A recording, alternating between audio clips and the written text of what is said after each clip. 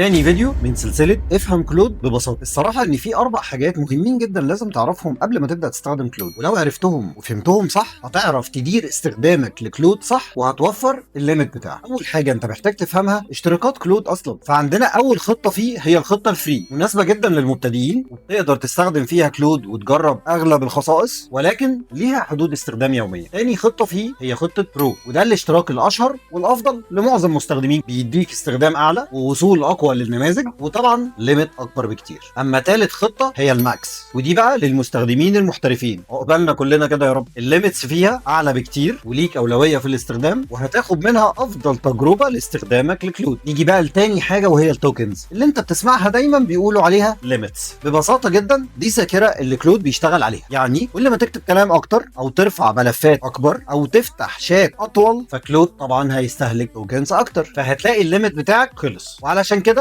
احنا محتاجين نعرف نماذج كلود وينفع نستخدمهم في ايه. اول نموذج هايكو، وده اسرع موديل في كلود وده مناسب جدا للمهام السريعه واليوميه. تاني نموذج هو سونيت، وده بصراحه افضل توازن ما بين السرعه والقوه ويعتبر هو اكتر موديل الناس كلها بتستخدمه. واخر واقوى نموذج هو اوبس، وده بقى اقوى موديل في كلود ومصمم للتفكير العميق والمهام المعقده، وطبعا ده مفرمه ليميتس. نيجي بقى للعبقريه كلها، كلود سكيلز، ودي مهارات جاهزه تقدر تخلي كلود ينفذ تاسكس معينه باحترافيه عاليه جدا، زي مثلا كتابه محتوى، برمجه، تحليل، تخطيط، ودراسه ملفات وغيره. ولما تبدا تستخدم كل موديل صح، كل نموذج في مكانه، وتفهم السكيلز اكتر، هتحس بفرق رهيب في النتائج اللي انت بتخرج بيها من كلود. هستناك بقى في الفيديو اللي جاي، ما تتاخرش، عشان هقول لك تكتب برومتس مظبوطه ازاي وتعمل ايه في موضوع السكيلز، وتقدر تجيب سكيلز جاهزه منين. ومش بس كده، هقول لك كمان تقدر تعملها ازاي، وهبقى احكي لك حكايه كلود كود وكلود ديزاين. شير بقى للفيديو واستفيد وفيد غيرك، ولايك وفولو لو عايز تعرف كل حاجه عن الاي